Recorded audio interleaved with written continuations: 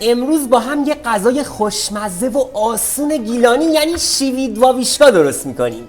اول باید مرغا رو خورد کنین که میتونین مثل من سینه مرغ و جوجه کبابی خورد کنین، یا اینکه رون مرغ رو در ابعاد کوچیک خورد کنین و اینکه مرغتون با استخون باشه یا بدون استخون به سلیقه خودتون بستگی داره.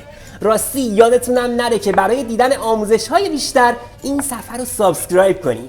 حالا بهتره برای مزه‌دار کردن مرغ اون رو از 2-3 ساعت قبل به نمک، فلفل و زردچوبه آغشته کنین و توی یخچال بهش استراحت بدین. حالا روغن رو داغ کنین و دور تا دور مرغ رو با حرارت بالا سرخ کنین که خوشمزه تر بشه. بعد با یه پیاز و 3 حبه سیر و 1 لیوان آب جوش نیم ساعت بپزینش. بعد از این مدت مرغ‌ها رو جدا بذارین و آبش رو هم جدا بذارین، باهاشون کار دارین. حالا شیوید رو توی روغن اصلا تفتش ندین که بسوزه.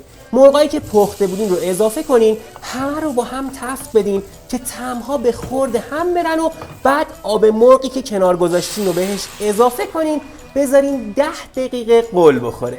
توی این مدت سیر و زردچوبه رو هم خیلی کوتاه تفت بدین، جوری که سیر نسوزه و عطرش از بین نره.